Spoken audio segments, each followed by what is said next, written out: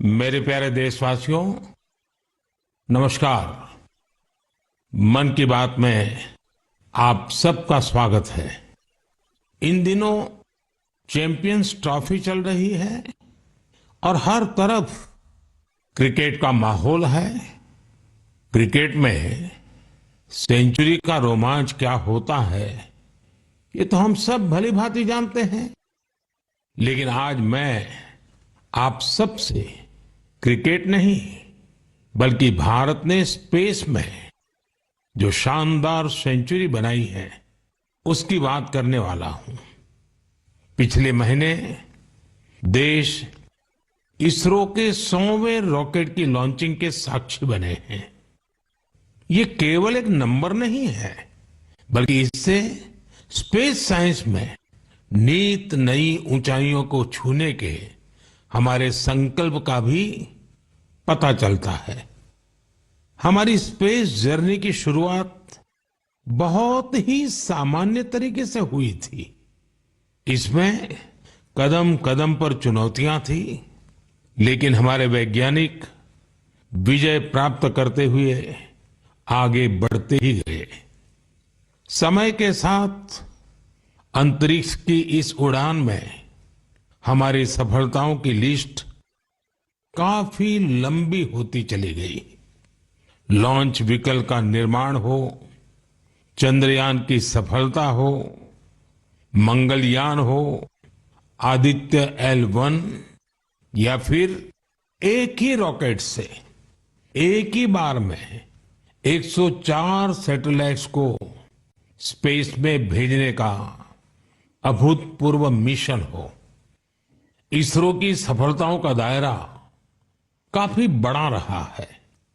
बीते 10 वर्षों में ही करीब 460 सैटेलाइट्स लॉन्च की गई हैं और इसमें दूसरे देशों की भी बहुत सारी सैटेलाइट्स शामिल है।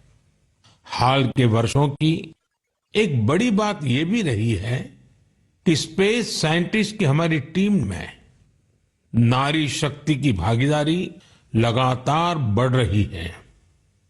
मुझे यह देखकर भी बहुत खुशी होती है कि आज स्पेस सेक्टर हमारे युवाओं के लिए बहुत फेवरेट बन गया है।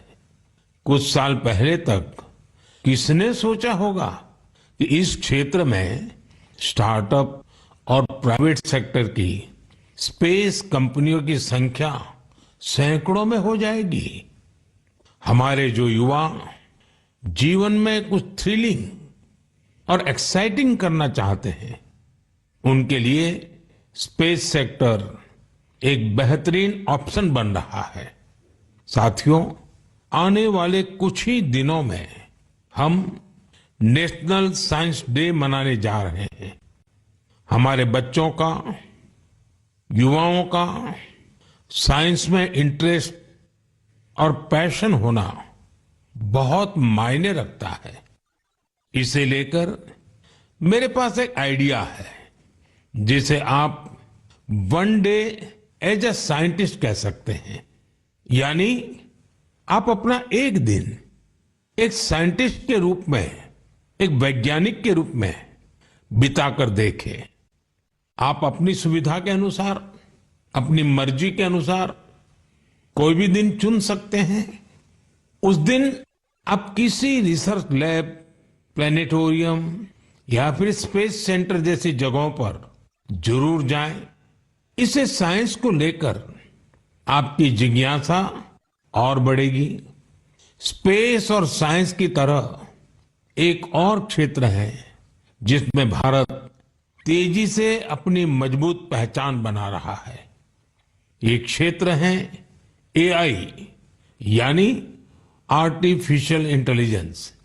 हाल ही में मैं AI के एक बड़े सम्मेलन में हिस्सा लेने के लिए पेरिस गया था।